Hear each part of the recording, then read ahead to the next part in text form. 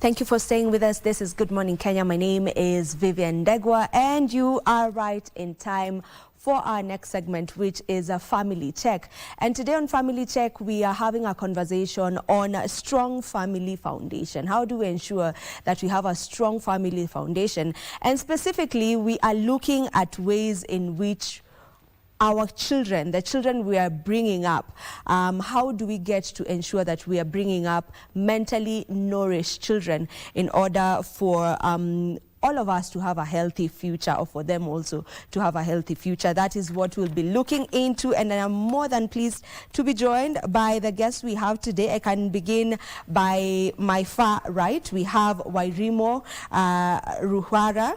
And Wairimo is a communication and personal development coach and is also the co-founder of Sprout Life Skills. Welcome to the show, Wairimo. Thank you so much, Vivian. All right. Very pleased to be here. Welcome. Right next to Wairimo, we have Gekoyo Mushai, and he is a speaker, he's a coach, a speaking coach rather, and he's also an author and an educator. Welcome to the show. Thank you, Vivian. And then right next to him, we have George Gadhima, and George is a case and customer service manager, Health Old Mutual General Insurance. Welcome to the show. Thank you very much. All right, and then later on we'll also be joined by Father CK, who's a Catholic priest and the founder of Father CK Foundation. He'll be joining us within no time. I want us to begin this conversation, and maybe the proper way to start is just, first of all, we get to understand how important it is for us to be mentally okay. Or the question is just how important is our mental and emotional well-being? Let me start with you. All right, thank you very much, Vivian.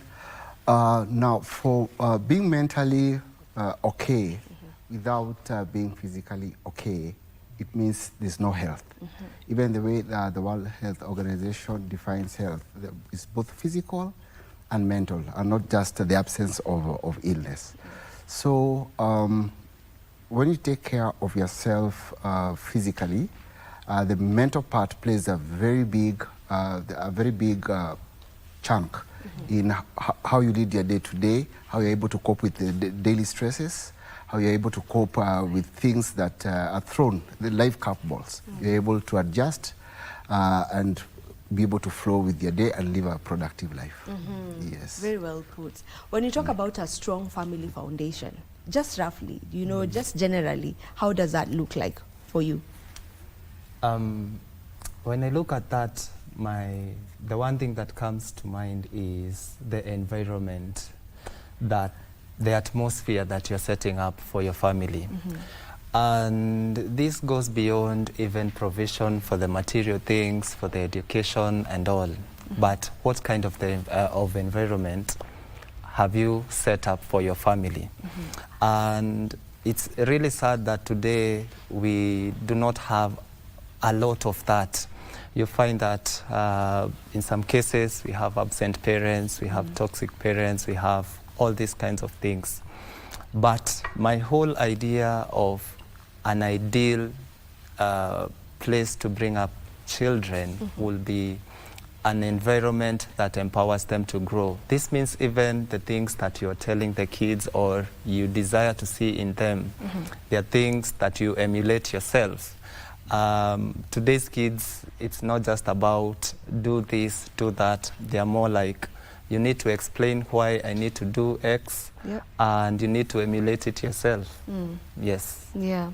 And you know, there's a conversation I was having with a fellow colleague earlier on, and they were trying to say that, you know, with the world we're living in right now and the way we've allowed children to be more vocal, because nowadays children are more vocal, you know, and she was saying back in the day for her, she knew in the house a child is to be seen and not to be heard. But now things have changed. So children are very vocal and they can be able to ask, you know, why, you know, you tell her to do this, she can ask you, lakini kwa nini ma, mbona mimi ndo nifanye, mbona sina nini ndo afanye, you know. And for her, she was saying, it seems like that is where we started to go wrong. What is your thought on that? Well, okay, looking back, as Vivian, you have shared this, we had a different way of how we were raised. And I want to believe it is because that is also how our parents were raised. And so that is what they knew. So come to this generation. We are talking of Gen Z, we are talking about the alpha kids. We have not really found a way where we can connect with these children because number one, they have a lot of exposure on cultures that we were never exposed to earlier on as we were growing. So they want to imitate what they are saying because it looks this is good. And because we left them empty, we didn't, the foundation that we are bringing up or we are bringing them up on, we didn't instill those values or those skills. So that gap has brought that challenge where a child, before they can do even an instruction that you have given them, they have to ask why. You have to explain.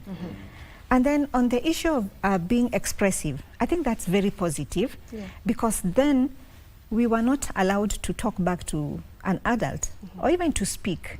But you see, that bottled a lot of pressure on children or on ourselves, and we have seen even that affecting us currently.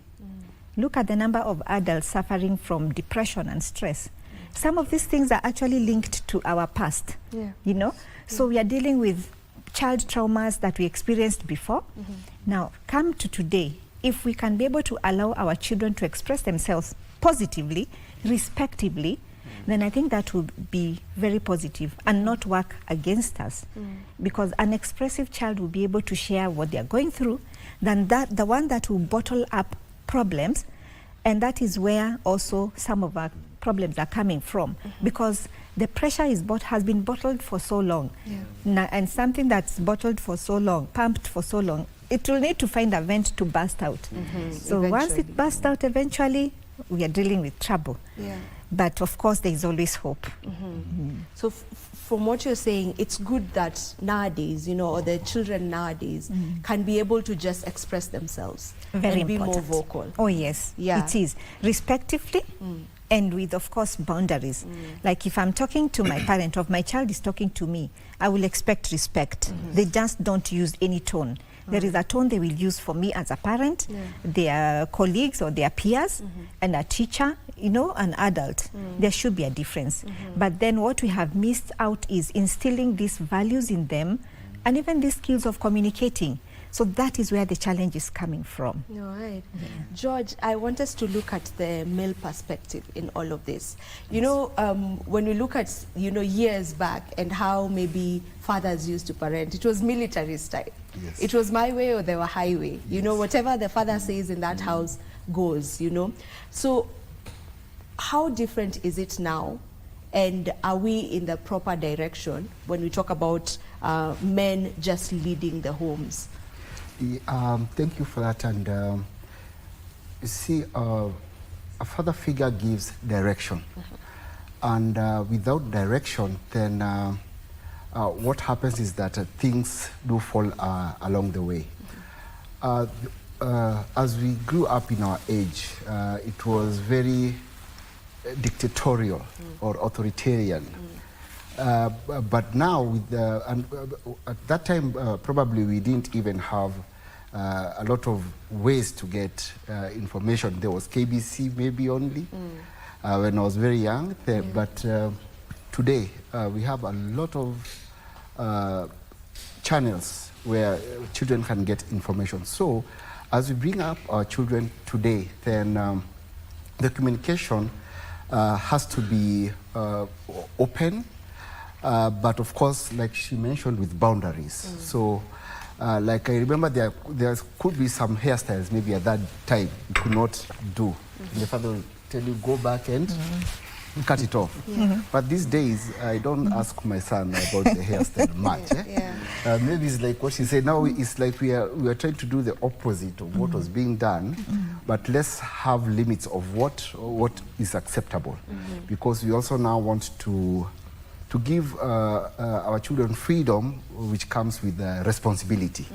Because freedom without responsibility, then it becomes now a bit chaotic. Correct. So the man of today, I think, is even in a better place because we saw when there was no a lot of information, but now we are in the information age. So my kid could be even knowing more things than I do. Yeah, They do. They actually do. yeah. So we have to be cautious, but of course there's the foundations of love and discipline. And it's genuine love and genuine discipline.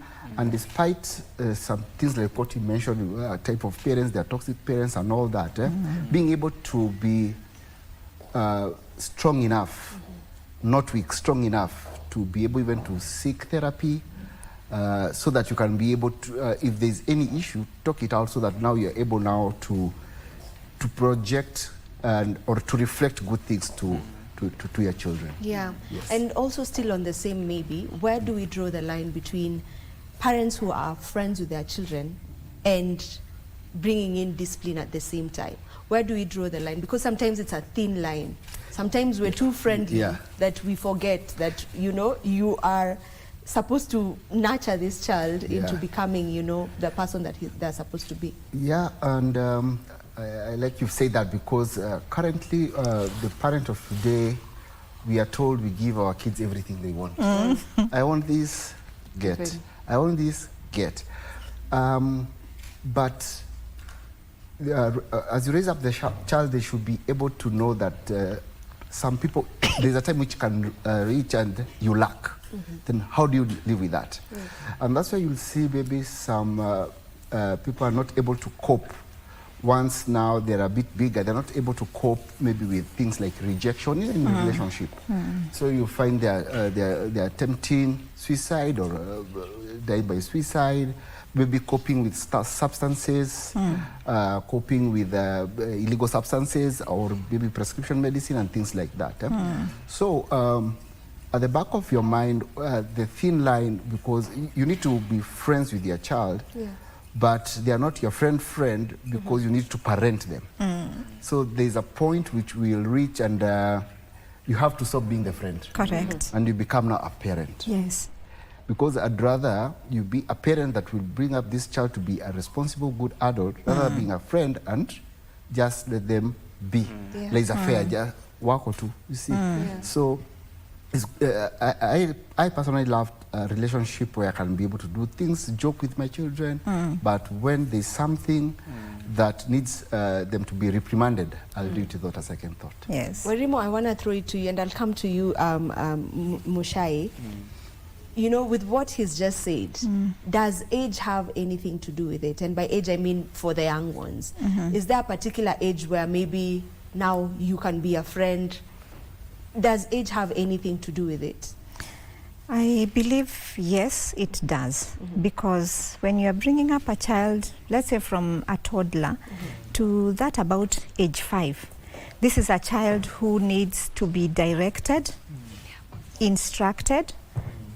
This is a child who needs guidance, and they're depending on you for everything. Then when it comes to from age 6 to about 10 years, this child is already aware of themselves, they're aware of the surroundings, you know, they just are able to identify and know things. And so in terms of, let's say, for example, discipline, it doesn't start when we are at 5 years, no. It starts as soon as this child already knows a no and a yes. Because even when a child is doing a mistake, you see, sometimes they look around, who is watching, and then they do that mistake.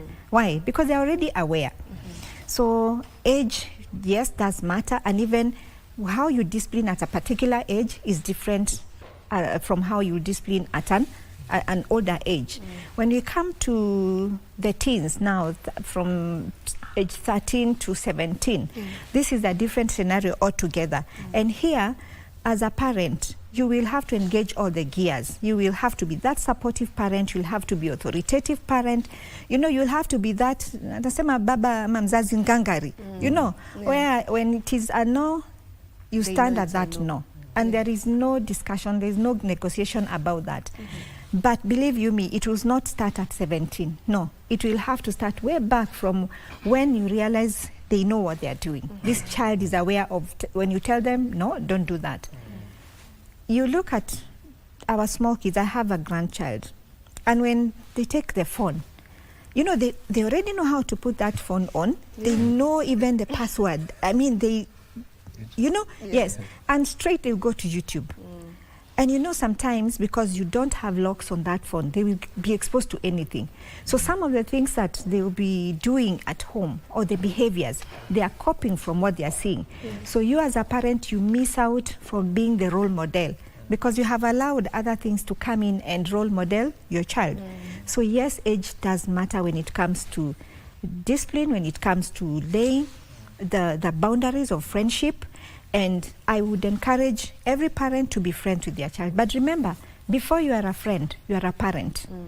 So take your position as a parent, then be friends, because there will come a time at their age when they will need a friend. They will need someone to confide in when they are going through the trials and the storms of this life. So keeping that relationship with boundaries, respectful, and playing with your children is not really an issue. And it doesn't mean that you are a weak parent. I think we have some misconceptions that when you are too free with your children, they will not respect you. I don't believe in that. It is what you train them on. Train them respect. I mean, all the values that we keep talking about: respect, responsibility, accountability, honesty.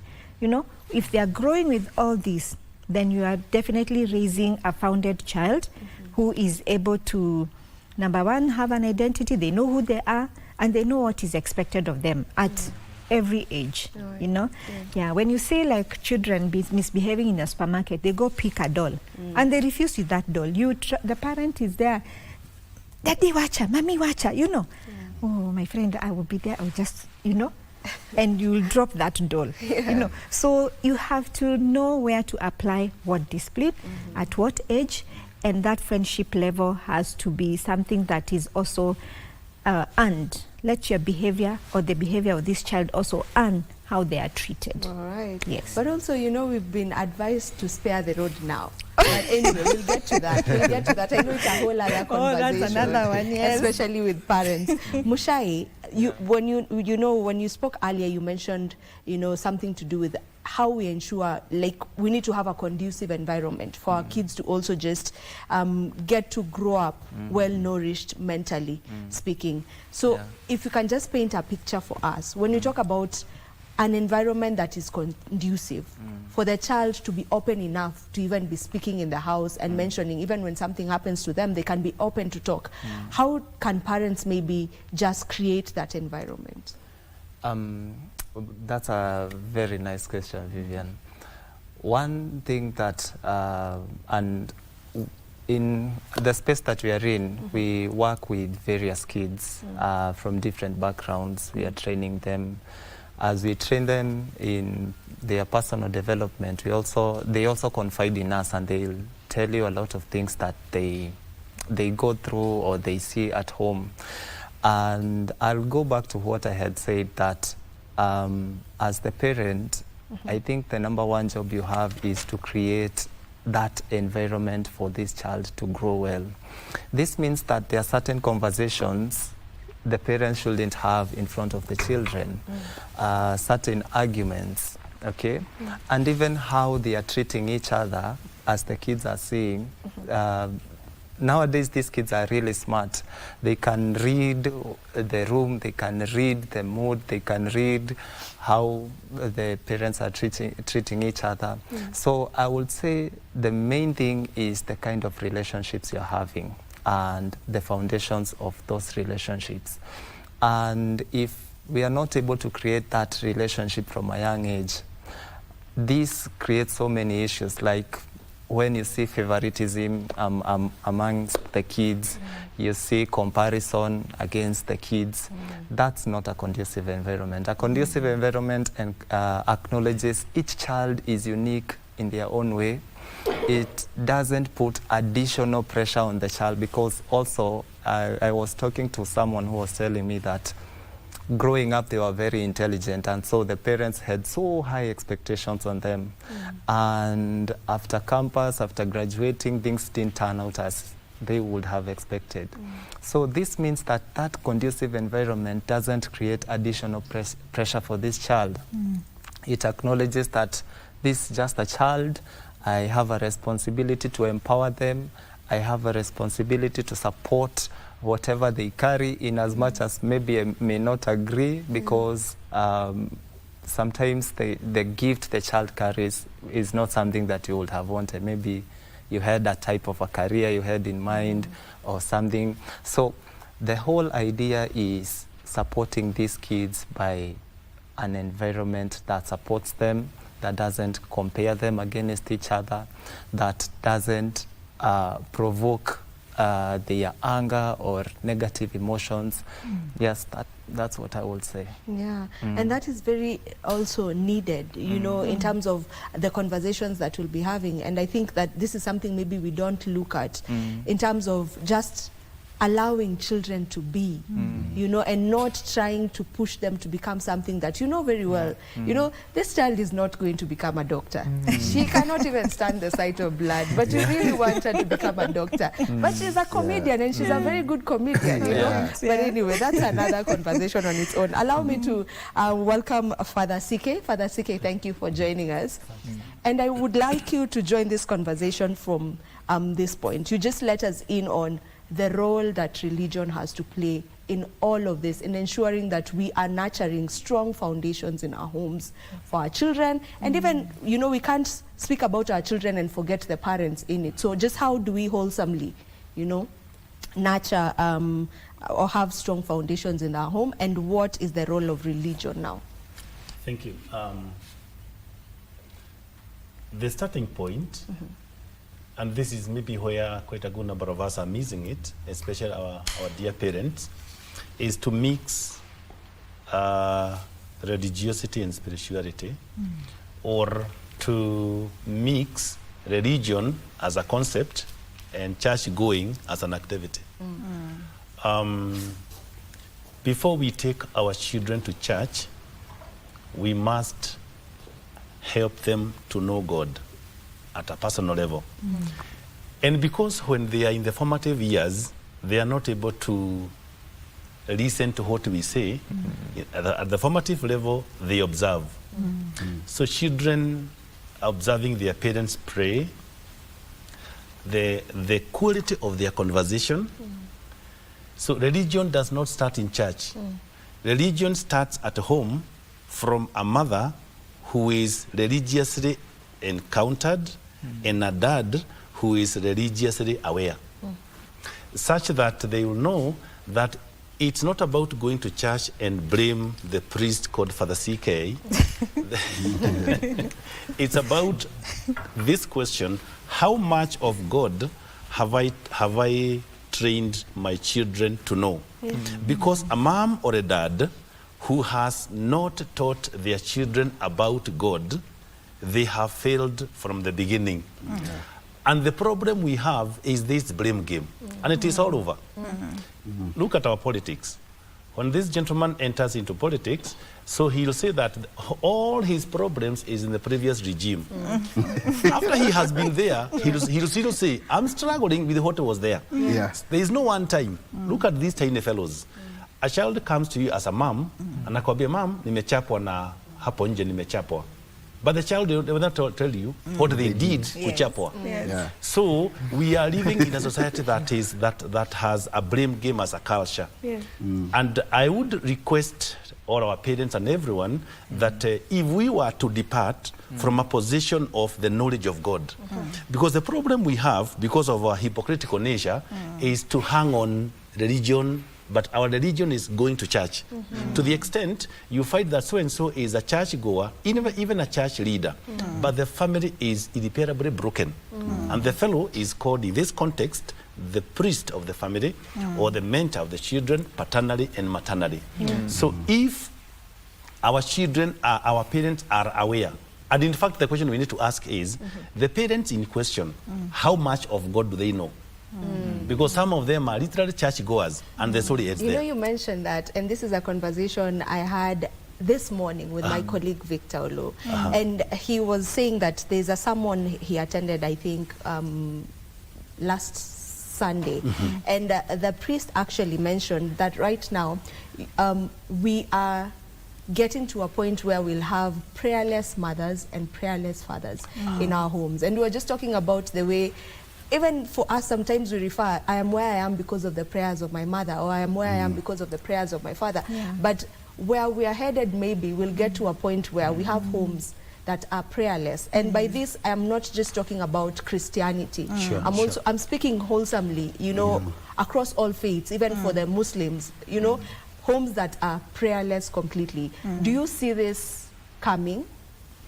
I would not say 100%, but I can't say that I can see it coming. You already have it. We are already there. It's already. It is true. Sometimes back, without mentioning the names of the leaders, there was a time that even the government was a bit cagey when it comes to the religious sponsorship of schools. That even the leaders would find it inappropriate, so to speak, to have priests and pastors and bishops taking care of the kids in the schools. And this culture is not about politics, it's about the family architecture. We are living in a society where we have got very good dads, but good in church going, supporting church projects, but they are completely absent at home. The three types of presences, the physical presence, emotional presence, and spiritual presence. Now, the question we need to ask is, there's something we call the groundedness. An analogy of a fellow standing on a slippery ground, and one is already down. For me to lift the fellow who is already down and the ground is slippery, I must first ground myself. True. To be able to lift him up. I am doing that. The ground is slippery. And I'm saying this because we cannot keep on blaming who did not do what. And it's something I have been seeing called generational blame. You know, mababu walifanya. But you see, it is true you may come from a family that is generationally broken, but you have to be intentional as a dad. Then you see, I may not do so much things, but I need to ask, do we have a moment, I and my children, have they ever seen me pray? As a gentleman who is married, have your kids seen you literally blessing their mother and praying with them? But we tell about God, go to school, catechist, you know, the other people who teach. There is very little of God in our families. In fact, I can tell you something, as a fellow who is concerned with the school so much. Our teachers, in most cases, know our children more than their parents. In fact, our kids are getting more from their teachers than from the parents. And you have seen this country, and when things go south in schools, who do we blame? The teachers. The same person who has mentoring a child whose dad has been deviant and absent. But then when things go south, we say, no, our teachers are not doing this or the other one. If we were to go home and ground ourselves there, as we talk about going to church, which is very important, then we ask, how much of God is present? Are we praying? Some kids are more prayerful than their parents. Some kids remind their parents that we can pray for food, but the parents are not remembering. So it is not something that will come. I can tell you for a fact, we are already there. But our parents are full. They are in churches on Friday, Saturday, and Sunday. The synagogue, the churches, the oracles, the temples are full. People are there. But we are not there because we are true worshippers. What we are carrying today is something we call performance-based faith. Performance-based faith is where people just do things for purposes of optics.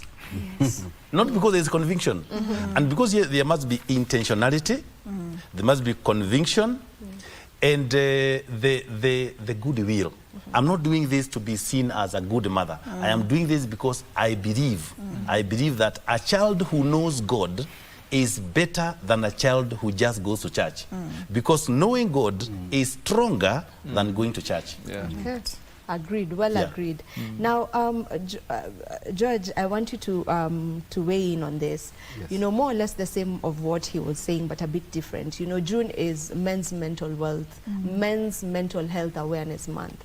And, you know, if there's something that is usually forgotten or conversations that are never had, is of men and their mental wellness. And these are the same people who are leading our homes, for the homes that have both parents, you know, or for the homes that have both parents. So how intentional should one be to ensure that they are breaking that cycle of, you know, more often than not, we tend to just do a replica or have a replica of what we've grown up with.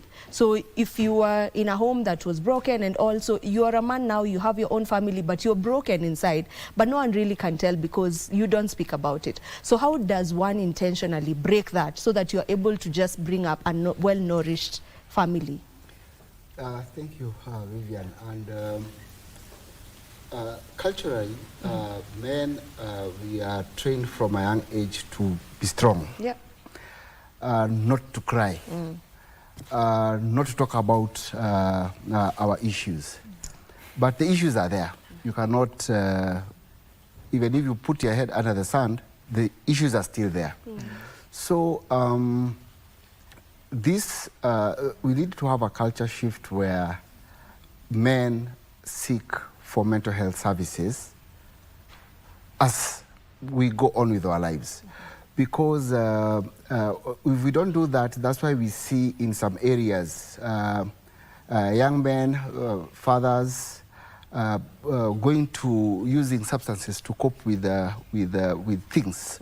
Maybe you have an issue at home with your wife, with your children, or anything like that. Instead of going the full throttle and maybe taking care of yourself, speaking to someone in a safe space, then you go to numb those feelings with substances, narcotics, and things like that. So being real, like what Father CK has mentioned, not doing things just for optics, doing things for your own congruence. Start from the inside. It should start from the inside to the outside. And trying to maybe having pressures. Maybe you've seen somebody with a car which is better than yours. Maybe you see somebody with a coat better than yours. Anything. People trying to compete and maybe just showing things for the optics really weighs on a person. So for me, what I'll encourage maybe men in this mental health for men this month is to strength is not measured by the pain you can endure in silence. It's not measured by that. Rather, it's real strength and true strength lies in knowing your weaknesses and seeking for help where you need to be helped. And speaking to someone in a safe space really comes that through. And there are things like in Old Mutual, we have Thrive Mind, where it's our wellness app, and it also encompasses three pillars. There's the physical wellness, there's the financial wellness, and mental wellness. Yeah, because if you're not able to take of one, the other one will suffer. So it looks at all those things, because men, we are the providers, and it's strenuous. It's strenuous to, it's a burden. And like yesterday I was in my church, and we were told, men, even if you're not told thank you, you continue doing what you're supposed to do, even if you're not thanked. Because, and I'm happy at least these days I'm seeing there's even men are being recognized. Kitambo, it used to be Mother's Day only. Hey, the fathers were recognized yesterday. So somehow. Yeah, somehow. so when the father it can't be somehow. At least something was said. When my father is called Father Lawrence, said Happy Father's Day, we were clapped for. So we felt nice. So even if you're not appreciated elsewhere, at least now we are being appreciated. So when you don't take care of your mental health, what happens is that you must cope in one way or the other to numb those feelings. And more often than not, people will now be alcoholics, go to other drugs, and so on and so forth, which of course now will trickle to other things. Yeah. You will need to steal to take care of your drug habits and things like that.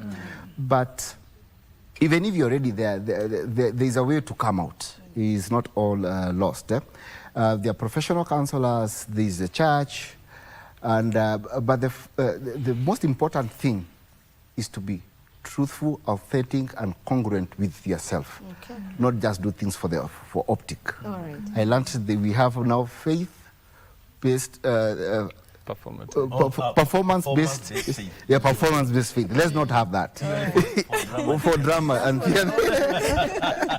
yeah, let's not have that. We have around 10 minutes or less to wind up this conversation. But before we do that, I would like us to just maybe cover what are some maybe daily habits that families can be able to adopt in order to ensure that we're having strong family foundations in our homes. Maybe you can take that. That's a very interesting one, and personally I believe there is a oneness that forms when people eat together.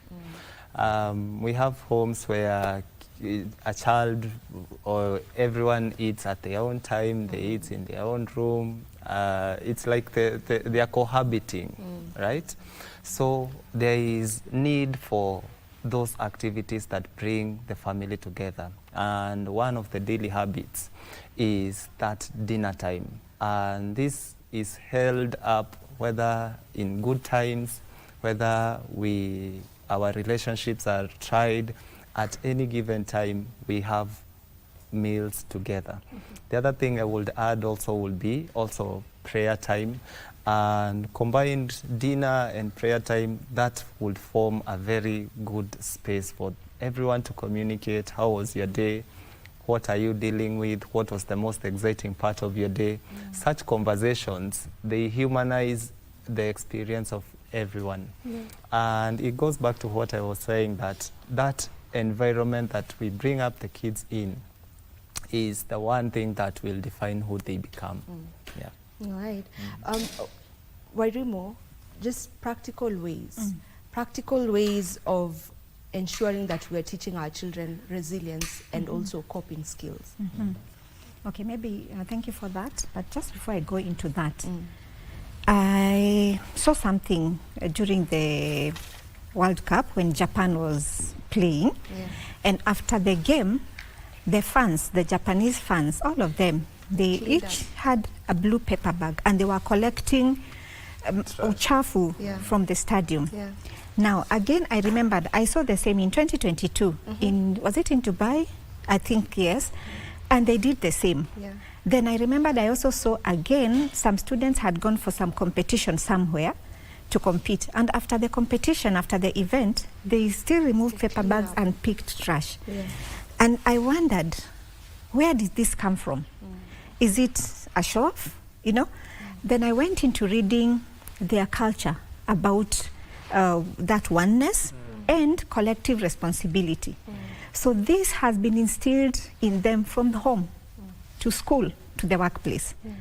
I was surprised to read even Toyota, where it's a Japanese company. They have instilled the same discipline. Like you must clean where you are at. And they even apportion time for cleaning the workplace. It's not the janitors, it is not the cleaners or the workers who do it. Everybody. And it does not matter your position. Whether you are the CEO, you are the manager, you are the supervisor, you participate in that. So I read back again, it also happens in schools. Children actually go and clean toilets. Today, Mr. George, mtoto wako ukipigiwa simu ati ameosha choo, you will go in that school like a bull to fight, you know? So back to that question, how do we bring back discipline into our families? How do we raise children that will be responsible? I would say let's bring back the values to the family level. And that, of course, must include godliness. And as Father CK clearly said, it is not about going to church. It's not about being called a Christian or a Muslim, but really bringing God into the lives of our children. But then how do they get to know this God? They have to see him in us, how we behave, how we even communicate with our own children, the way we talk to them, the way they see us talking to other people. What you say in front of your children, you know, sieve your words, filter your words, so that you guard their minds. Because just like what we eat to nourish our bodies, it's very key what we feed our minds, or what we feed even the minds of these little ones, so that we can instill these habits that are not even sometimes rule-driven or kiboko-driven. No, they are habits we instill in them, or rules that, and rather values we instill in them, they grow with them.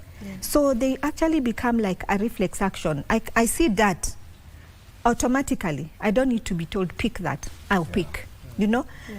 Automatically, I see a dustbin. I don't need to throw trash or gum, you chew gum or the wrapper and you throw it anyhowly, you know? But taking that responsibility. But we will have to start from home, where is the harbor that we build these boats that will go out there in the waters to sail, and they'll face these storms. So how do they become resilient? Number one, skills like emotional intelligence, emotional regulation, empathy, things like accountability, things like honesty. These are some of the things that will really bring proper foundation in our children, so that at home they are the same as they are even when they go to school. And we will reduce on a lot of these problems that and challenges that we are facing with our children today. Okay, we need to wind up, so maybe I'll take your final remarks, but please let's limit it to less than 30 seconds each. Let me begin with you, Father Siki. Okay. My point is, to all the parents, it doesn't matter who raised you, it doesn't matter the environment that you grew in, but please be intentional. Tell yourself, I may not have been raised well, but I will raise my children well. And my prayer is that all parents are determined to raise children who are generationally better than them. Thank you. George? Thank you. For me, I'll just, this is to the men. When life gives you curveballs, know how to deal with them. Deal with them in a way that will make you a better person, rather than hiding them, or just assuming they're not there and coping with ways that are maladaptive. So for me, I'll just encourage people to take care of their mental health. Even as men, when we are facing things in life, maybe issues to do with the divorces, issues to do with their children, and all those other things, let's ensure that we, after all is said and done, we are on a firm ground. So let's take care of our physical and mental health. Thank you, George. Mushai? Yes, my parting shot will be mainly to parents, and I would encourage and urge them to create a nurturing environment and atmosphere that allows these kids to become who they were meant to be. As a parent, you may not know what exactly that is, but if you give that atmosphere to your child, they'll discover it by themselves, and just continue supporting them. Thank you. Wairimu, very quickly. Okay, parenting has no manual, but that doesn't mean that you just let it go. Be intentional, have a purpose, and have a goal as you raise these children. Thank you. All right. Thank you so very much, gentlemen and lady, for your time. It was a pleasure having you grace our show this morning. And this is where we get to wrap up today's Good Morning Kenya. Thank you so very much to each and every one of you who has been with us since we began the show till this point. Remember, we do this each and every weekday from Monday to Thursday. So I'll see you tomorrow, God willing, same time and place. Do enjoy the rest of your viewing. Goodbye.